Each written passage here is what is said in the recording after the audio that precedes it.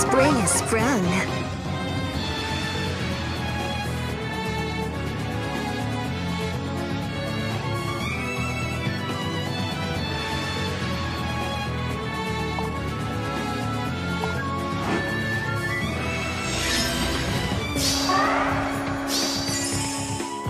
Time for a swim? Best wishes. Well, yes.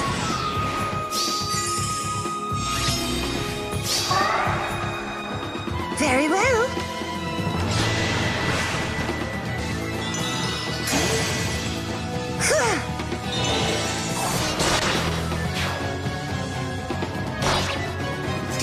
All right. Let's go.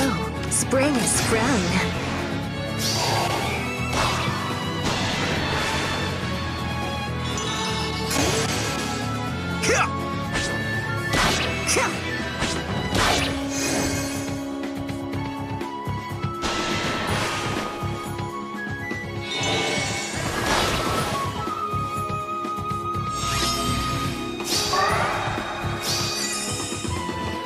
Yes.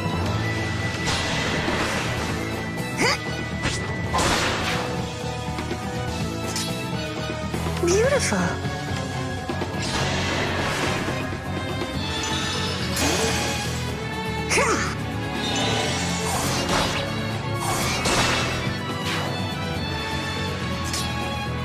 Gotta cool off.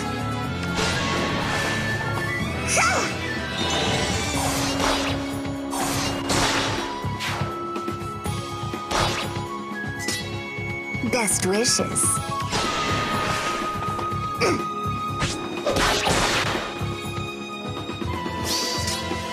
Yes.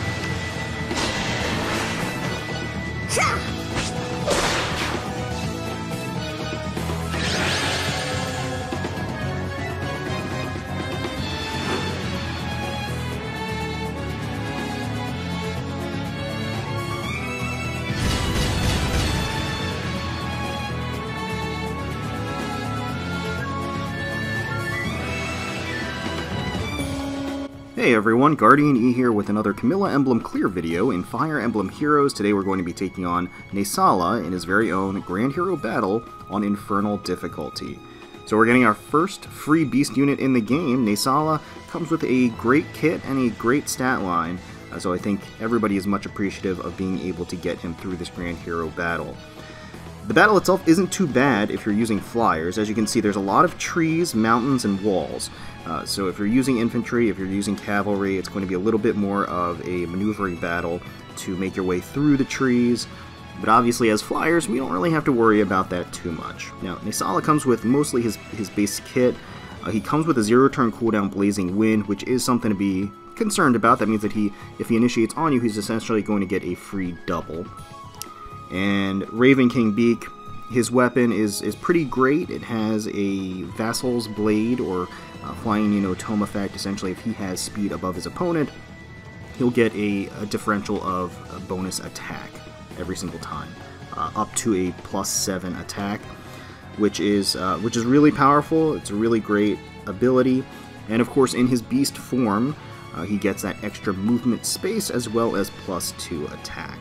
It's worth noting that on Infernal difficulty, unlike Normal and Lunatic, he will not transform on turn 1. They put him next to this Lance Cavalier and not next to the Red Fafnir, so on turn 1 he is not going to be transforming. He is just going to be in his human form, or more human form, I should say. This Red Fafnir here comes with Lightning Breath, so has inherent distant counter, Fierce Stance 3, Hit and Run, and Goad Flyers to provide support for Naesala when he's making his approach.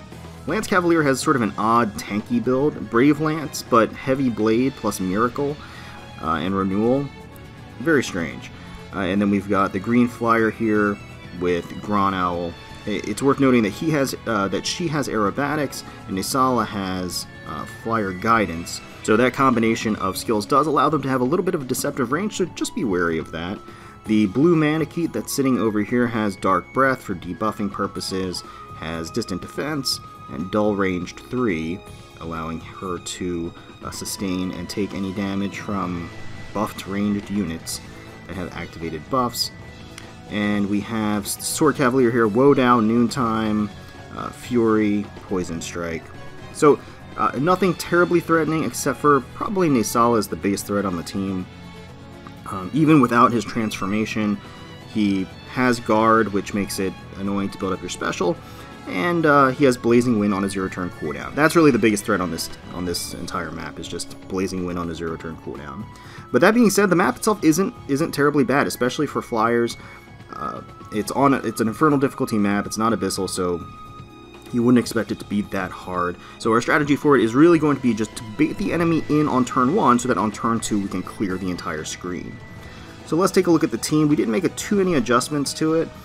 Camilla really has basically her default kit: Camilla's Axe, Reposition, Draconic Aura for the special, Distant Counter for the A slot, Renewal for the B slot, Hone Flyers for the C slot, and we have Brazen Attack Res 3 for the seal. She is the +10 unit on the team and is the only merged unit on the team as of right now. She is plus speed, minus HP. We have Spring Camilla.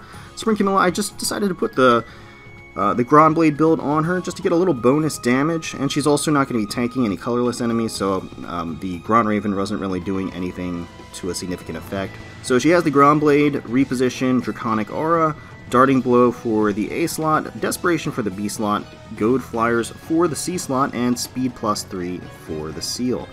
She is a plus speed, minus res Spring Camilla.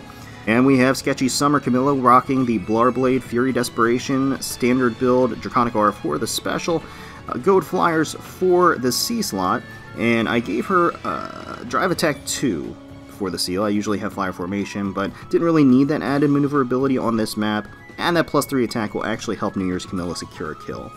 And speaking of which, we have New Year's Camilla with a Slaying Edge, Heavy Blade, Gale Force build, Heavy Blade for the seal, Brazen Attack Defense for the A slot, Desperation for the B slot, Ward Flyers for the C slot. She does come with that natively. That helps Vanilla Camilla tank a couple of hits, Gale Force for the special, and Reposition for the assist.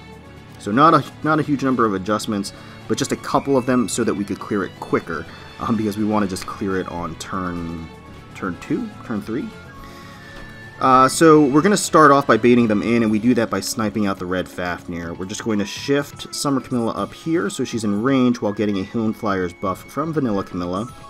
And we'll arrange the rest of the Camillas to the side and over here to bait the enemy in the order and configuration that we want for next turn. So now Summer Camilla has those Hone Flyers buffs. She's going to move right up here and snipe out this red Fafnir. Take her out. We will use Vanilla Camilla to reposition her to safety, and we'll just shift everybody up. Okay. That Blazing Wind goes off, but Vanilla Camilla can tank that. She will retaliate. New Year's Camilla will take a hit from this, the green flyer. And that will actually put her in Brazen range and Desperation range, so that actually works to our advantage. Now we use Vanilla Camilla to take out the green flyer on this phase. And that's exactly what we're going to do. We're just going to use the Camillas to snipe out each enemy in succession, all while maintaining formation to get the maximized number of buffs for all of the Camillas. And it's really as simple as that. We have 5 enemies and 4 Camillas, plus 1 extra Gale Force activation, as we'll see right here. And that's enough to clear the map. So easy peasy. Let me know in the comments below what strategies and teams you ended up using to clear this Infernal Grand Hero battle. Hopefully you enjoyed watching the video, and if you did, please feel free to leave us a like, comment, and subscribe to the channel for more Fire Emblem Heroes content. We thank you so much for watching. We really do appreciate it. And until next time, let's protect those skies.